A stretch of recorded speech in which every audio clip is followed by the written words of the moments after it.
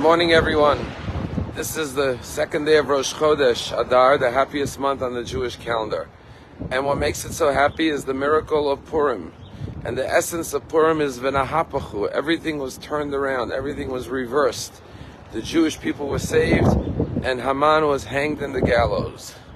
And the miracle of Purim is a miracle that is considered a hidden miracle. The words Megillat Esther, Megillah means to reveal, Esther, that which is hidden. The hand of God worked behind the scenes in the miracle of Purim. There was no overt miracle. It was concealed in a natural storyline of the king killing his wife. Vashti, looking for a new queen, happened to choose Esther, who happened to be related to Mordechai, and was there in the moment to save the Jewish people. But as Jews, we know there are no circumstances. There is nothing that is haphazard. Everything is divine providence, and therefore we see God in everything in our daily lives. As a matter of fact, the word for coincidence in modern Hebrew is 4 letters, mikre, mem kuf resh hey. You could break those 4 letters into 2 words and spell rak me Hashem, only from God. And that's the essence, and that's the secret to joy. When we could see God in our lives every day, there's always moments where we could see the loving hand of Hashem guiding us, where we could see God winking to us. As the verse says, Mashkiach min hachalonos meitzitz min hacharakim. He is watching from the window. He is looking through the cracks in the wall. When we feel that closeness, we could always be besimcha, we could be joyous. There's a story that happened just last week. There's a doctor from Woodmere. His name is Dr. Chaim Abitan. And he went on a shul trip to Israel on a mission.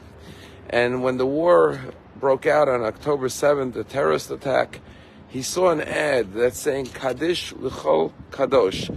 Kaddish should be said for every holy martyr that was killed. There were over 300 young people killed at the Rave Festival, and many others that wouldn't have people saying Kaddish for them. Maybe their families won't go to shul to say Kaddish.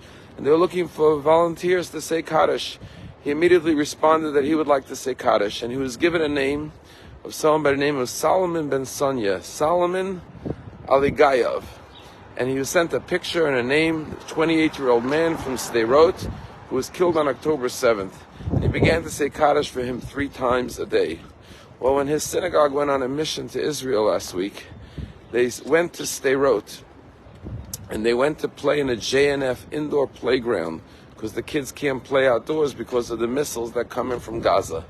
And he's playing in the playground with kids, bringing toys and treats for the kids to make them happy.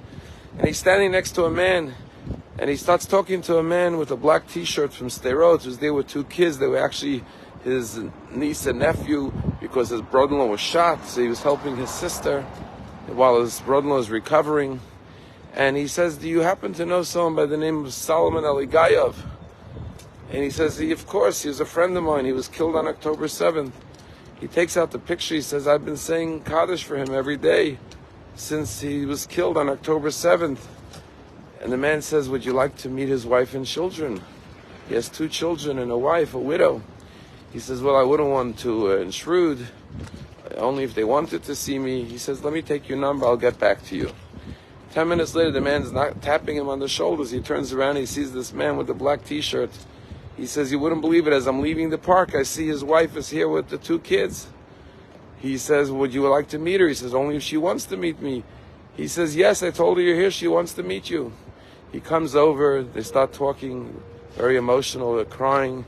And he says, I'm saying Kaddish for your husband every day.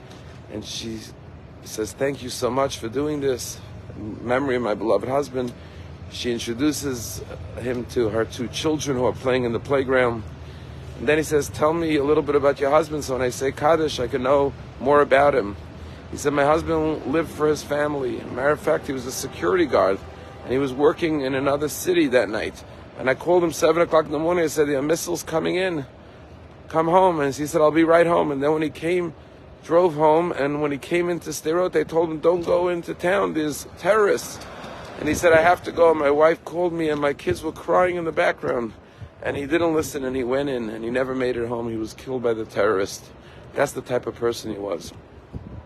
And Dr. Abitan from Woodmere says, I have such a merit to say Kaddish for such a holy person who his soul is with God under the holy throne, because anyone who dies for being a Jew goes straight to the Kisi HaKavod.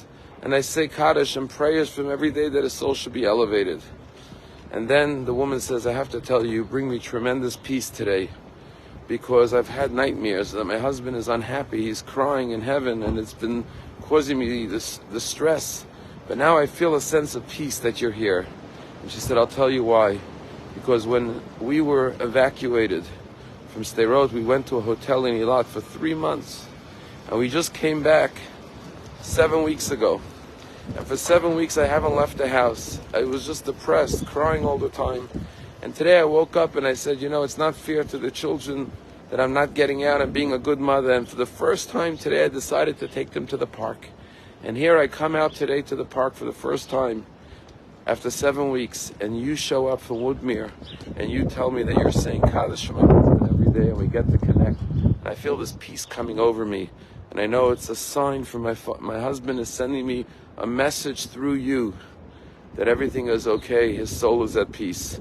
And I can't thank you enough. This is the hand of Hashem that leads us in mysterious ways. And when we see this, as King David says, even as I walk through the valley of the shadow of death, I fear no evil, because I know that you are with me. As long as we know God is with us, we can find joy at all times. Have a wonderful day.